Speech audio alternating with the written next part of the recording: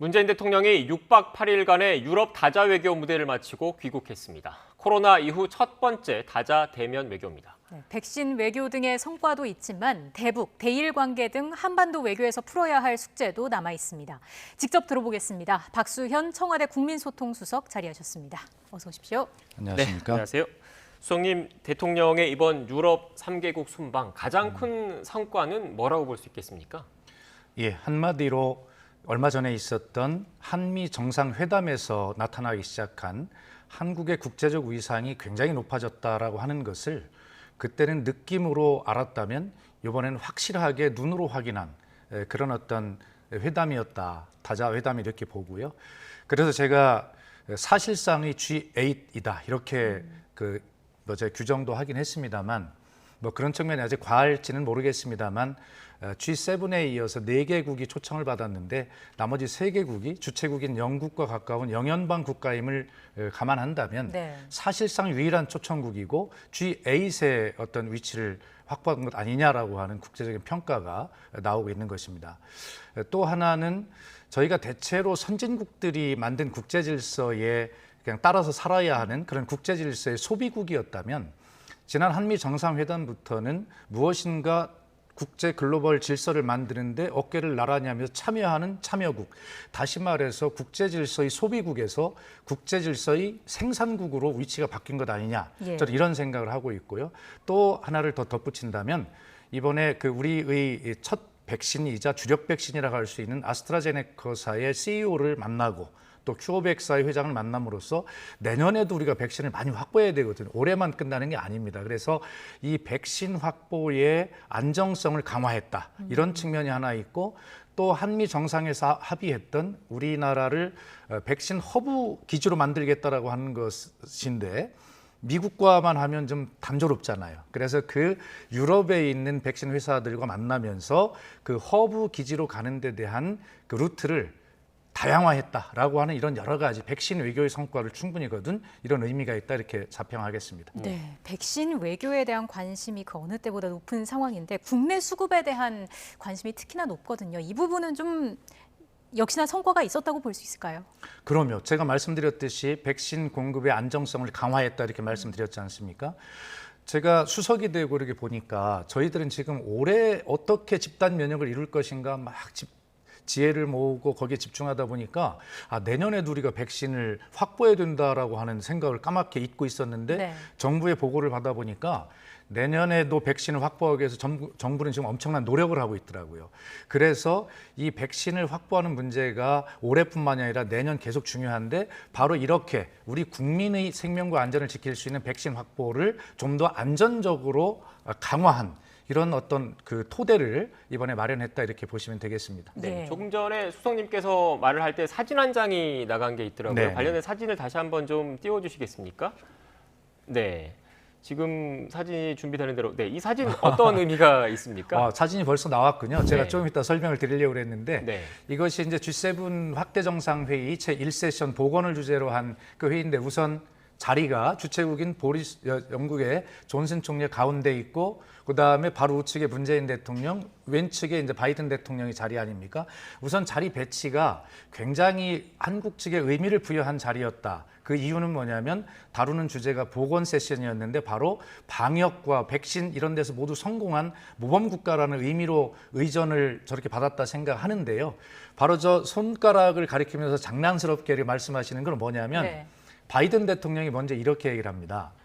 한미 정상회담도 최상이었는데 이 G7에 문재인 대통령이 오셨으니 G7도 잘 될 것입니다라고 저렇게 이야기를 하니까 바로 가운데 있던 존슨 총리께서 맞습니다. 한국은 방역에서 세계 제일 모범 국가입니다. 제 1등이죠. 이렇게 이야기를 하는 것입니다. 그러자 그 옆에 서 있는 구테레스 유엔 사무총장인데 한국 정말 대단해요. 이렇게 이야기를 했고요. 그리고 지금 뒷모습으로 보이는 마크롱 프랑스 대통령이 우리 모두 여러분들 다 그렇게 생각하고 계시는군요. 이 대화록이 공개가 된 겁니다.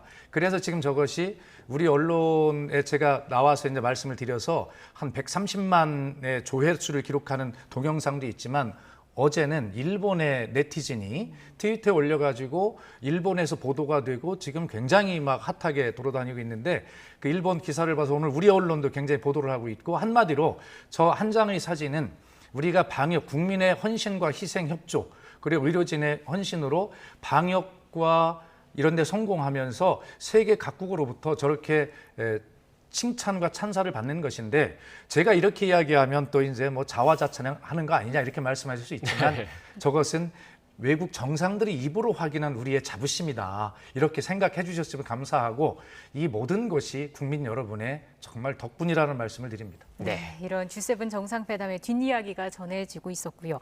대북 관련 이야기도 좀 해보겠습니다. 순방 중에 그 백신 북한 제공 관련 발언이 있었는데 이걸 두고 국내 공급이 부족한 상황에서 북한 지원이 맞느냐 하는 지적도 있습니다. 어떻게 보십니까? 그 뭐 당연한 말씀이세요. 대통령의 말씀은 그 앞에 전제 조건이 다 있습니다. 네. 북한이 동의한다면이란 붙어 있는 것이고요. 또 G7에서 다룬 이 모든 것이 뭐냐면 새로운 국제 질서를 만드는 것인데 특히 백신 같은 것을 보면 세계 어떤 나라도 이 백신 공급의 형평성에서 뒤처져서는 안 된다라고 하는 정신이 있는 것 아닙니까? 그래서 미국이 주도해서 약 10억 회분의 백신을 저개발 국가에게 공유하는 프로그램을 미국이 제안하고 미국이 한 5억 회분 내고 나머지 국가들이 좀 분담하자. 이래서 저희 나라도 올해 1억 불, 내년에 현금 1억 불 내지는 현물 포함해서 이렇게 공유하는 것으로 되어 있는데 그런 G7의 그런 정신에 의해서 북한도 예를 들어서 여기에 예일 수는 없다. 우리가 직접 지원할 수 있는지는 모르지만 국제기구를 통해서 국제 프로그램을 통해서 할 수 있는 당연한 대상 국가인 것이고요.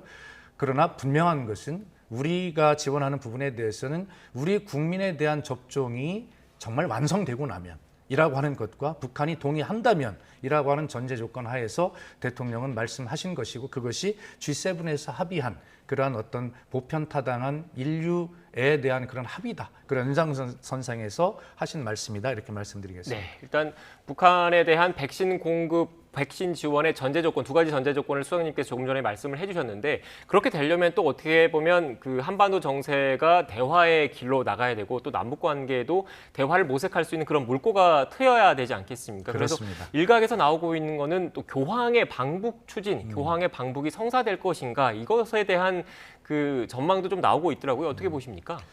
바이든 행정부가 들어서면서 저희들 걱정은 과연 바이든 행정부의 대북 정책 방향이 어떨 것인가 궁금했었는데 지난번에 발표된 그 방향을 보면 문재인 대통령께서 신년 기자회견에서 말씀하셨던 그런 어떤 그 싱가포르 회담의 토대 위에서 그것이 전폭 수용이 되지 않았습니까? 네. 거기에 더해서 판문점 선언까지 한미 정상회담의 결과 선언에 포함이 되어 있습니다.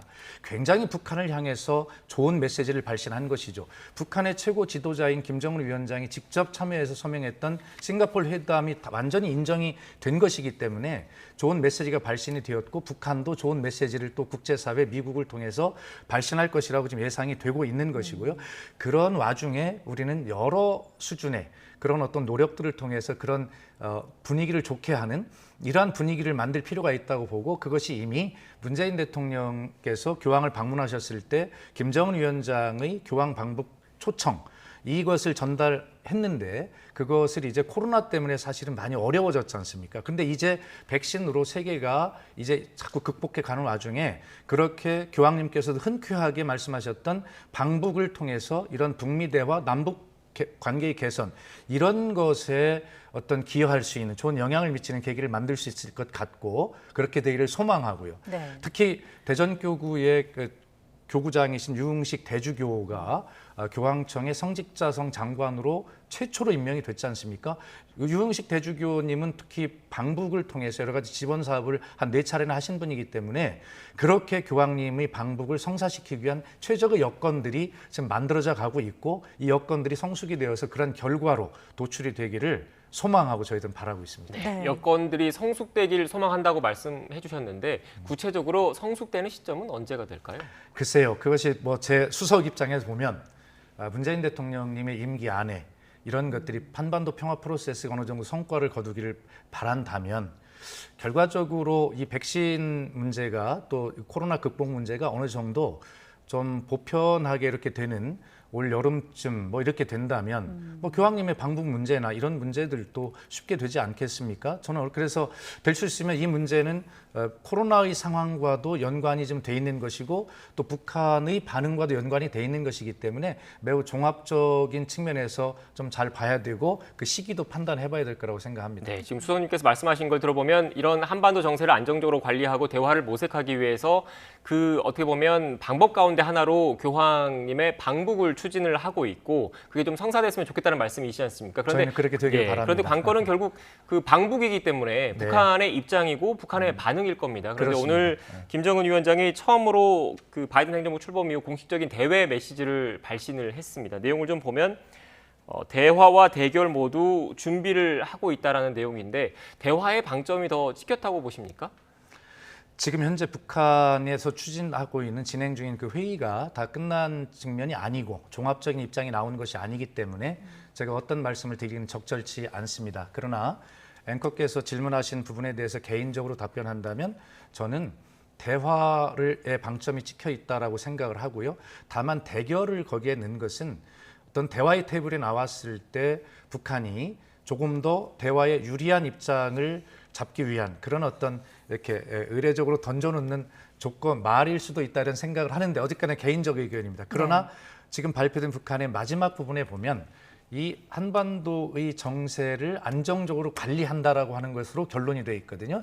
그렇기 때문에 저는 아직 끝난 것이 아니고 지금 말씀드리긴 적절치 않지만 그러나 개인적으로는 굉장히 미국에서 발신한 좋은 메시지에 이어서 북한도 좋은 메시지로 화답하는 것이 아닌가라고 하는 그런 개인적 생각을 가지고 있습니다. 네, 북미 대화가 꼭 가시화될 수 있을지 궁금해지는데 이런 가운데 성김 미 국무부 대북 특별대표가 오는 19일에 방한을 합니다. 이때 좀 북측과 어떤 접촉을 하는 일이 있을까요? 글쎄 그것은 뭐 제가 답변하기는 어려운 문제이고요. 다만 전체적으로는 뭐 그렇게 좋은 분위기들이 잘 조성이 되어 가기를 바라고 성김 특별대표의 방한 활동도 그러한 어떤 좋은 여건을 조성하는 이러한이기를 바랍니다. 네, 알겠습니다. 주제를 좀 바꿔봐야 할 것 같습니다. 대일 관계를 좀 여쭤봐야 될 것 같은데 일단 G7 정상회의에서 일본과의 그런 그 약식회담 형식이더라도 그 정상회담은 좀 성사가 안 됐거든요. 어떻게 보십니까? 그러니까 그 부분이 대통령께서도 말씀하셨지만 노력했지만 아쉽다, 안타깝다는 마음을 표현했고 그것은 일본도 마찬가지일 거라고 생각합니다. 다자회의 계기에 어느 나라든 자기 자신들의 국익을 위해서 양자, 삼자 뭐 이런 회담을 추진하는 것은 지극히 당연한 일이죠. 저희도 열린 자세로 그렇게 협의를 해왔지만 결과적으로 그 양자 회담에 이르지 못한 것은 아쉽습니다. 올림픽을 얼마 안 남겨놓고 있지만 지금까지와 같은 자세로 우리 정부는 올림픽이 성공하기를 바라고 그리고 저희도 올림픽 참가 준비를 잘 하고 있습니다. 그리고 한일 간에는 늘 가까운 나라이기 때문에 현실적인 문제들이 많이 생길 수 있지만 그런 문제들을 해결하기 위해서 품격 높은 외교 노력을 하는 것은 당연한 것입니다. 네. 어떤 냇물이 있을 때 그 냇물을 건너기 위해서 징검다리가 놓여지는데 그 징검다리는 냇물을 건너기 위한 디딤돌이지 걸림돌이 되지는 않으리라고 생각합니다. 그렇게 더 양국이 함께 노력하고 일본도 이러한 자세로 노력해 주리라 믿습니다. 근데 일본의 어떤 이중 행태는 좀 짚어봐야 할 것 같은데 독도 훈련에 대해서는 항의를 하면서 도쿄올림픽을 활용해서 지도에 독도는 표기를 했단 말이죠. 여기에 대해서 정치 선언은 아니다라고 이야기를 했습니다. 여기에 대해서는 어떻게 보세요? 그래서 일본도 자국의 올림픽이 성공하기를 굉장히 소망하지 않겠습니까? 그런 어떤 것들을 목표를 놓고 또 올림픽이 실제로 이 코로나 팬데믹으로 고통받은 인류에게 새로운 희망을 부여하고 새로운 어떤 지구촌의 질서를 만들어 가는데 기여할 수 있는 그런 평화 올림픽의 장으로 만들기 위해서는 일본이 정말 정중하고 품격 있는 자세로 노력하는 것이 중요하다. 저는 그렇게 생각을 하고 아마 지금 말씀하신 그런 문제들도 그런 큰 차원에서 그렇게 아마 잘 어떤 정리되고 올림픽이 잘 성공하는 여건으로 이어지기를 저는 바랍니다. 네. 수석님 그런데 일각에서는 이런 독도 표기 문제 등과 관련해서 도쿄올림픽을 보이콧해야 하는 것 아니냐 이런 주장까지 나오고 있는 상태이고 또 문재인 대통령이 도쿄올림픽에 그 일본에 가지 말아야 된다 이런 주장까지 일각에서 나오고 있거든요. 여기에 대한 청와대 입장은 어떻습니까? 아직 그것에 대해서 청와대가 어떤 논의를 했다거나 입장을 정했다거나 그런 것이 없고 그럴 또 시점도 아니거든요. 그래서 이 문제는 다시 한번 말씀드리지만 저희 정부는 보편 타당한 인류의 가치를 위해서 열린 자세로 항상 노력해온 그런 측면이 있고요. 지금 이 문제도 역시 그렇게 바라보고 있고 저희가 G8에 버금가는 그런 어떤 새로운 국제 질서의 소비자가 아니라 생산자로 기능하고 이런 와중에 어떤 더 큰 어떤 가치를 가지고 열린 자세로 노력하는 것, 그것이 지금까지 보여온 대한민국의 자세다 말씀드리겠습니다. 네, 수석님 시간이 얼마 남지 않아서 마지막으로 간략하게 이 질문만 드리겠습니다. 이준석 국민의힘 대표와 대통령이 만나는 자리 언제쯤 마련되겠습니까? 아마 곧 되지 않겠습니까? 그렇게 되기를 바라고 아마 대통령께서 얼마 전에 제안하신 여야정 그 대표 상설협의체가 있지 않습니까? 근데 그것이 이제 가동될 이유가 두 가지가 있다고 보는데 하나는 이준석 대표님의 당선을 축하하는 의미가 있겠죠. 그리고 이렇게 이제 해외 순방을 다녀오셨으니 순방 성과를 또 대표님과 설명하고 어떻게 이것을 뒷받침해 나갈 것인가를 논의할 그 명분이 충분히 두 가지가 있기 때문에 아마 그런 실무적으로 그런 회담을 자리를 성사시키기 위해서 아마 노력 중인 것으로 알고 곧 그런 모습을 보게 되지 않을까 이렇게 생각합니다. 이르면 다음 주쯤이라고 저희가 생각해도 될까요? 예, 아마 그 의제들이 잘 정리가 된다면 다음 주 중에 그 다음 주로 넘어가면 이 G7 유럽 성과도 좀 넘어가고 이준석 대표 축하 의미도 좀 시간이 지나는 것 아니겠습니까? 네. 네, 이르면 다음 주쯤 문재인 대통령과 이준석 대표가 만날 수도 있다라는 말씀까지 전해드렸습니다. 지금까지 박수현 청와대 국민소통수석과 관련된 내용 짚어봤습니다. 오늘 말씀 고맙습니다.